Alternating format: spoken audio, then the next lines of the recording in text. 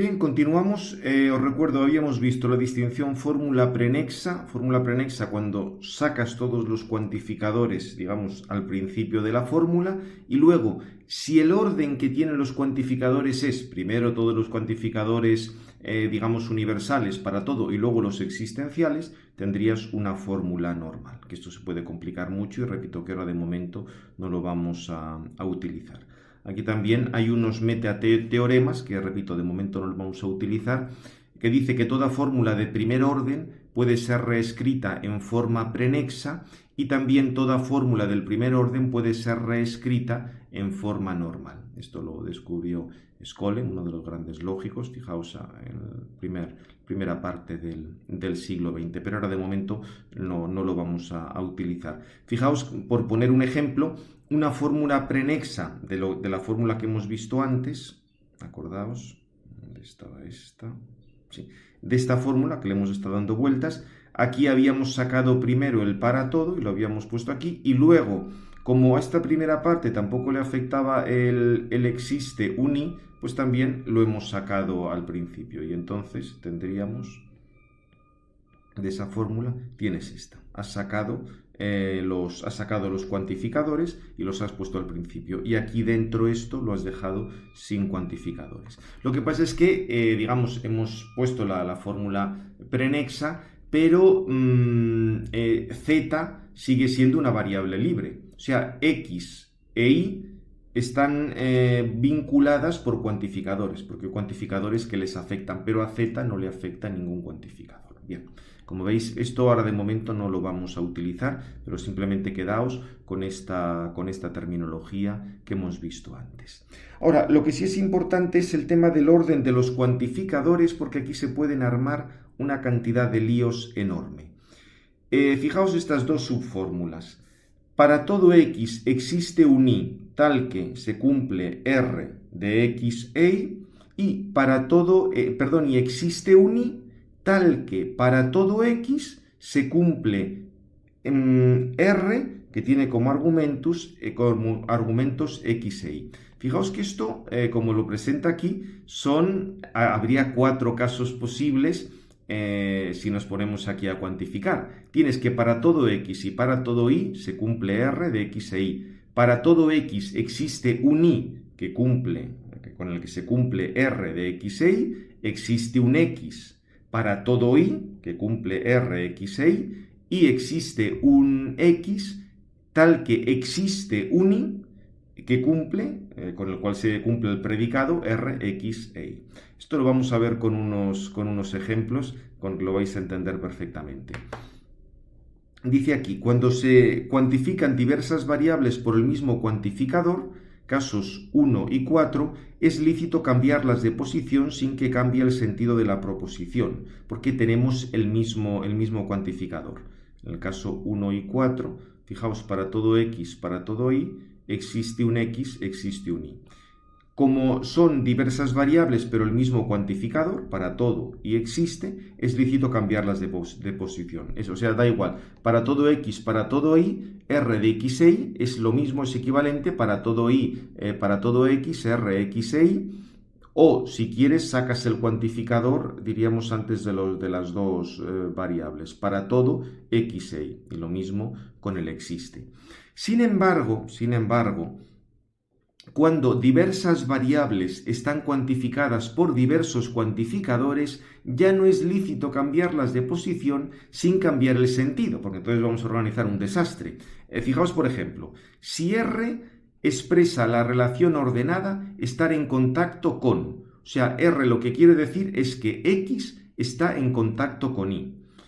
Esta fórmula, para todo X existe un Y tal que X está en contacto con Y, querría decir, para todo cuerpo existe otro cuerpo que está en contacto con todo cuerpo. Para todo cuerpo X existe al menos un cuerpo Y con el que X está en contacto. Con lo cual tú tendrías que tener un cuerpo que está, o sea, todo, con lo cual aquí estás diciendo que Cualquier cuerpo que haya va a estar en contacto con algún cuerpo. Solo tú vas a decir, la mesa va a estar en contacto con el suelo, la pared va a estar en contacto con la casa, con lo cual, para cualquier cosa que tú pienses, para cualquier variable que tú tomes, te vas a encontrar algún i que esté en contacto con ella. Con lo cual dices, todo cuerpo está en contacto con algún cuerpo. Tú tienes una mesa, la mesa está en contacto pues con un papel que hay encima.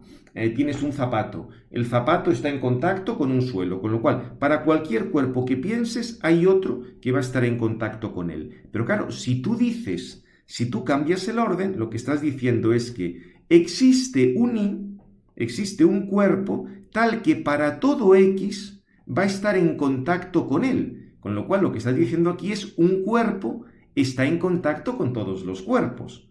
O si quieres, existe al menos un cuerpo Y que está en contacto con todos. Esto es completamente distinto de lo que hemos dicho antes, porque pensad, no sé, en una habitación, quizá el único cuerpo que está en contacto con todos es el aire, pero el aire no es un cuerpo. O sea, el aire sí que está en contacto con todo lo que hay, pero el aire no es un cuerpo. Con lo cual, como veis, el haber cambiado el orden nos hace decir una cosa completamente distinta.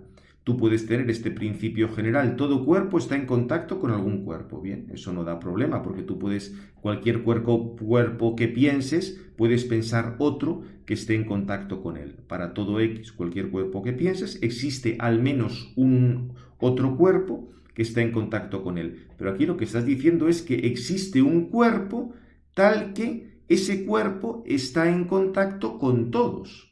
Es ya completamente distinto. Y fijaos que simplemente lo que hemos hecho es cambiar el orden de los cuantificadores. O por ejemplo, F. Si en lugar de, digamos, vamos a sustituir el predicado R, estar en contacto por el predicado F, ser hijo de.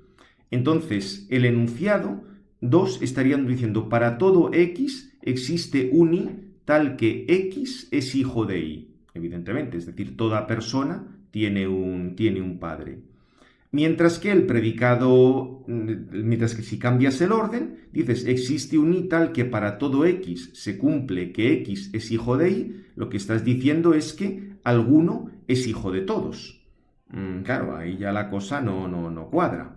Como veis, son proposiciones muy distintas. Lo que pasa es que habría que ver, sí, el primero sería, todos son hijos de alguien, dada una persona es hijo de otra persona, mientras que aquí lo que estoy diciendo es que alguno es hijo de todos. Lo que pasa es que habría que verificar, porque aquí sí, porque es el X con quien se establece la relación de filiación.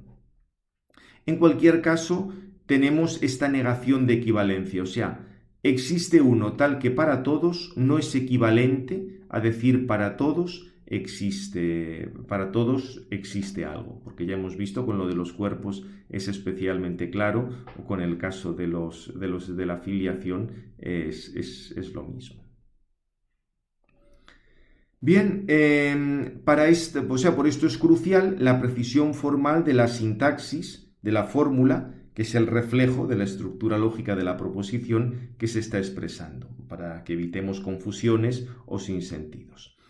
También acordaos lo que habíamos dicho, una fórmula cuantificada se puede considerar una proposición. No era una simple función proposicional porque como estaba cuantificada ya se le puede asignar un valor de verdad. Es decir, a pesar de que en la fórmula están presentes signos de variables, estas variables están vinculadas. Por eso no son solamente variables. Esperan una interpretación y en ese sentido un valor de verdad. Por eso la función semántica de los cuantificadores esencialmente es la de definir el dominio de satisfacibilidad de un determinado predicado. Por eso hemos dicho, para todo X se cumple que P de X. Es decir, el predicado P va a ser cumplido para todo X. Por eso dice, es la de definir el dominio de satisfacibilidad, se satisface ese predicado, como es la colocación de elementos que hace verdadero a un predicado.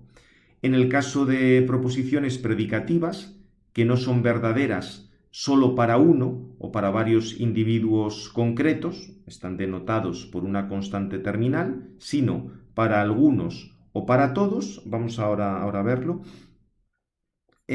para todos los individuos genéricos de una cierta colección. Por eso fijaos, el para algunos, de hecho, es como si tuvieras un cuantificador, o sea, el cuantificador existencial, existe al menos uno, se puede entender como una disyunción infinita. O sea, si existe al menos un x que cumple el predicado phi de x, eso quiere decir o bien que se cumple phi con a. Acordaos, A era el concreto. O se cumple phi con B, o bien se cumple phi con C, o así con N, una disyunción infinita. Por ejemplo, si phi fuera ser perro, tú estás en una habitación y dices existe al menos un X que es perro, con lo cual se cumpliría que o bien esta mesa donde estoy es perro, o bien el ordenador es perro, o bien un perro que hay puesto al lado es perro, o bien la pared es perro, es decir, alguno tiene que ser perro. Si esto es así, existe un X tal que phi de X, al menos alguno tiene que cumplir ese predicado. Si lo cumplen dos, mejor, pero por lo menos uno lo tiene que cumplir. Acordaos, como la disyunción es verdadera, con tal de que al menos uno sea verdadero, con que lo cumpla uno, esto ya es verdadero. Mientras que el para todos equivaldría a una conjunción infinita. Para todo x se cumple p de x, eso quiere decir que A lo tiene que cumplir, B lo tiene que cumplir, C lo tiene que cumplir. Para todo x, por ejemplo, P es ser hombre. Pues eso quiere decir que Juan es hombre, que Pedro es hombre, que Alberto es hombre, o sea, lo tienen que cumplir todos. Como veis, por tanto, el para todo x sustituye una conjunción infinita. Acordaos, para que la conjunción fuera verdadera, todos y cada uno de los miembros de la conjunción tienen que ser verdaderos. Bien. Fijaos, vamos a ver aquí en este ejemplo que os pone y así repasamos las dos cosas. Para todo x se cumple c de x, eso implica que se cumple a de x y a la vez existe un x tal que cumple c de x y a la vez se cumple g de x. El que se cumpla todo esto implica que para todo x se cumple g de x y eso implica a de x. Fijaos de manera informal. O sea, porque esto que puede parecer así tan abstracto sería esto. Todos los coli son afectuosos. Para todo x, estos perros así de compañía. Para todo x, tal que x es coli, esto quiere decir todos los coli, es esto,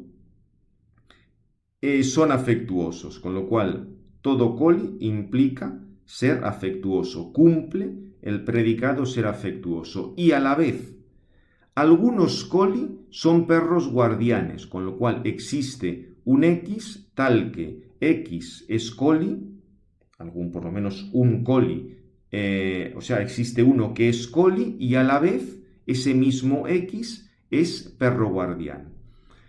De aquí saca la conclusión, luego todos los perros guardianes son afectuosos. Para todo x que x es perro guardián, eso implica que es afectuoso. Diríamos que de aquí, o sea, de estas dos, has sacado esta. O sea, si esto es verdadero y esto es verdadero, 1 implica 1. Por tanto, la implicación es verdadera. Claro, esto está muy bien con un modelo en un solo individuo. O sea, si tienes un solo individuo, esto va a ser verdadero, porque tienes para todo x se cumple c de x. Tienes un individuo, esto se cumple c de a. Aquí digamos, es un mundo en el que solo habría un coli que es que te hace de perro guardián. C de a implica a de a, 1, y a la vez existe un c, repito, x lo sustituyes por a, con lo cual, como tienes ya una, esto también es 1, esto es 1, todo esto es 1, o sea, implica, como veis, te salen todos unos y se cumple esta implicación es verdadera. Pero claro, si resulta que aquí que ya hay dos individuos, ya la cosa empieza a liarse. Porque si tienes dos individuos podría darse, o sea, sería verdadera esta sustitución. Aquí el individuo sería A, el primero es A. Sin embargo, aquí el individuo ya es B, con lo cual tienes C de B y, esperad que... Sí, perdona. O sea, está sustituyendo cada uno, está haciendo las sustituciones de X con diversos individuos. Entonces, si tú tienes que C de A de A, G de A y G de B valen 1, pero C de B y A de B valen 0, ya no te saldría la fórmula. Podéis hacer el ejercicio de ir verificando todas estas cosas y así se comprueba lo que hemos dicho antes. Por eso, hay que decir, desde el punto de vista del sentido común y del ejemplo, es cierto que todos los colis son afectuosos. Si tú tienes un coli, una cosa un poco extraña, como perro guardián, podrías decir que todos los perros guardianes son afectuosos. Pero si resulta que tú tienes como perro guardián un perro que no es un coli, entonces ya se va a tomar viento el asunto, porque entonces tienes como perro guardián un perro que no es afectuoso, con lo cual ya no todos los perros guardianes serían afectuosos. O sea, esto nos ha funcionado porque había un universo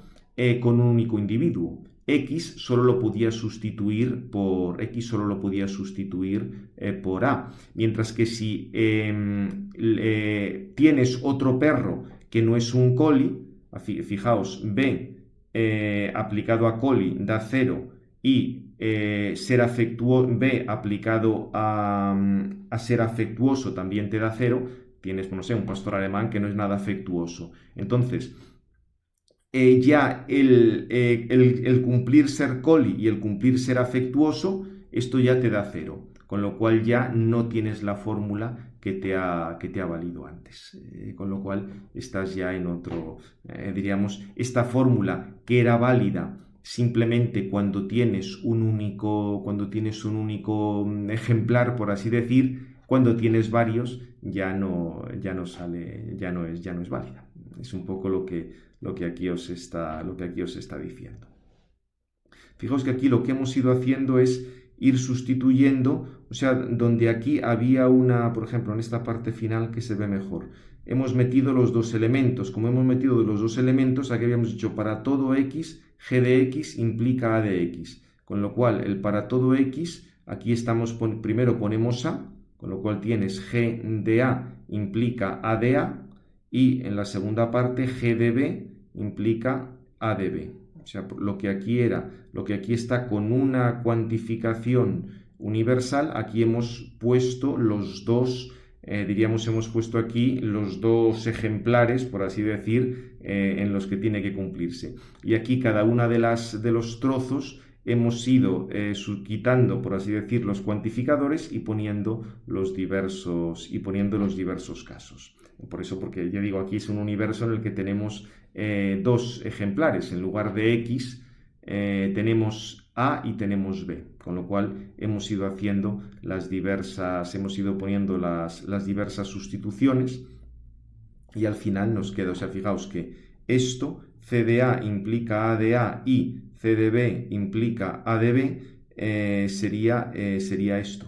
O sea, poner primero, porque acordaos, hemos dicho que el cuantificador universal equivalía a una conjunción y el cuantificador existencial equivalía a una disyunción. Con lo cual, cuando tienes un cuantificador universal, lo que pones es una conjunción y vas desarrollando los diversos casos. Repito que esto es más que nada es un ejemplo para darte cuenta cómo si tú tienes un universo solo con un elemento, eso puede ser verdad, pero cuando introduces más individuos ya la cosa deja de ser verdad. Ya digo, podéis entreteneros y así repasáis un poco cómo funcionan o sea, recordáis los valores de la conjunción, la implicación y todo esto para verificar que cuando C de A de A, G de A y G de B valen 1 y C de B y A de B valen 0, esto te va a dar 0. Con lo cual ya estás en otro caso distinto. Bien, y dicho esto, vamos a pasar ahora, porque esto sí que es interesante recordarlo, las 4 reglas de la cuantificación. Repito, los cuantificadores nos ha salido antes para transformar proposiciones atómicas del cálculo de predicados, por ejemplo, el hombre es mortal, en proposiciones moleculares del campo del cálculo de proposiciones. Por ejemplo, para todo X, si X es hombre, entonces X es mortal. O sea, vamos a pasar del cálculo de predicados al cálculo de proposiciones. Y aquí, ya digo, son 4 reglas. Fijaos que estamos utilizando el metalenguaje para todo, o sea, aquí no ponemos la hacia abajo, sino utilizamos el metalenguaje OM. Esto luego va a salir con más detalle después, pero de momento quedaos con esto. Lo que se llama ejemplificación universal. ¿Esto qué quiere decir? Para todo X, si X cumple H, eso implica que X cumple M. Con lo cual, vas a tener un caso en el que eso se cumple. O sea, si se cumple de manera universal, va a existir al menos un caso en el que eso se cumpla. Por ejemplo, si todo hombre es mortal, entonces es verdadero que si Antonio es hombre, Antonio es mortal. O sea, una fórmula verdadera para todo un universo de discurso permite la ejemplificación de casos particulares. Si tú tienes el principio universal, para todo X cumple ser hombre y eso implica X cumple ser mortal, va a haber un ejemplo, o sea, eso va a tener un ejemplo concreto.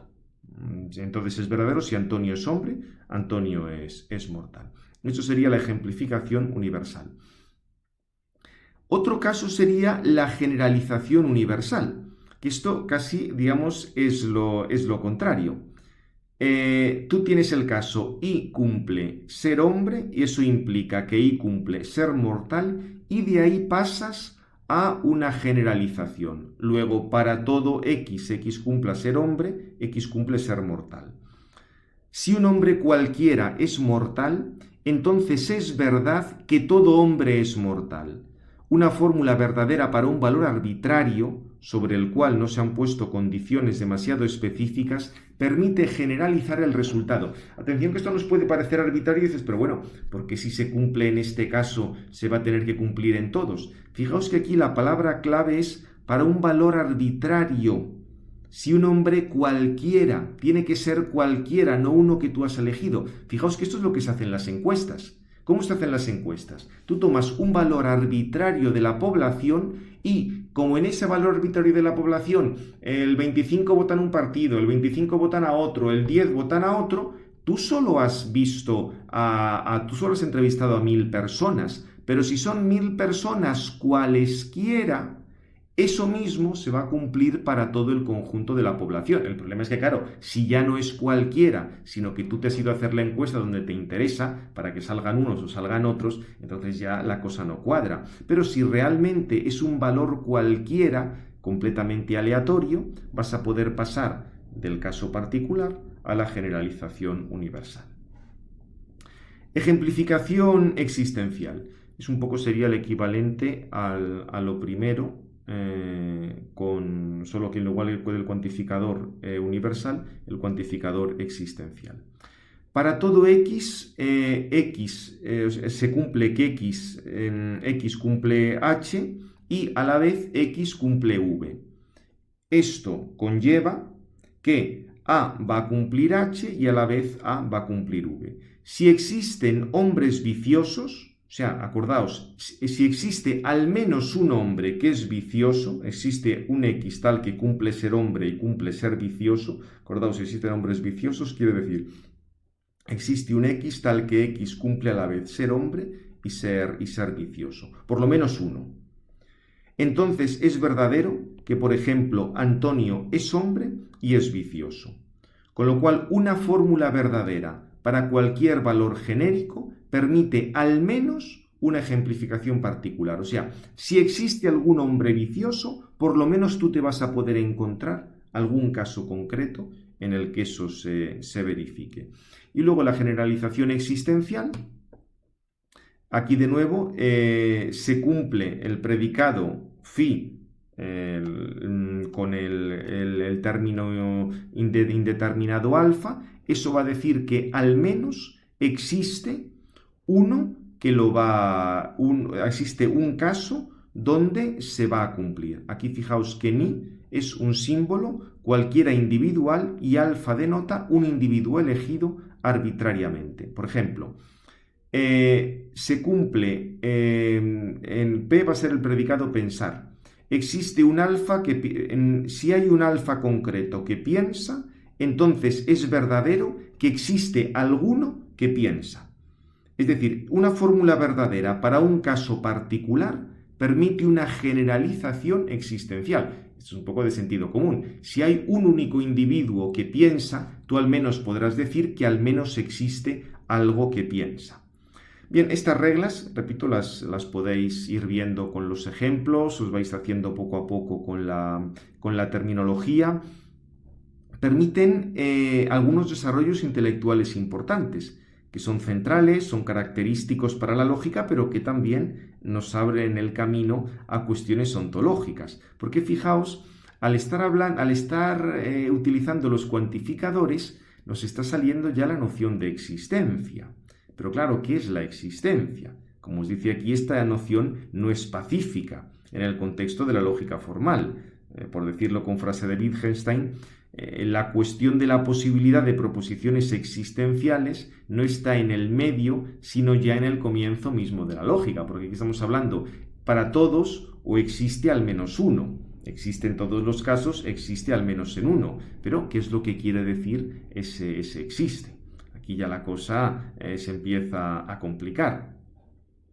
Por ejemplo, el principio de generalización universal es un principio que, como señala Galván, amplía el conocimiento, es creativo y es fuertemente infinitario, en cuanto que permite pasar de una afirmación singular sobre un objeto o evento genérico, lo que habíamos dicho de la encuesta, y por ello desde la verdad de la derivación de una respectiva fórmula phi, que expresa una específica propiedad o un estado de cosas sobre X, a una afirmación que vale para todos los objetos para los cuales es verdadera phi. Y aquí es donde está el problema, donde este para todos es potencialmente infinito, y ahí no vas a poder verificar uno por uno. Fijaos en el caso de lo de las encuestas. Tú has preguntado a 1000 personas sobre lo que van a votar. Y si esas 1000 personas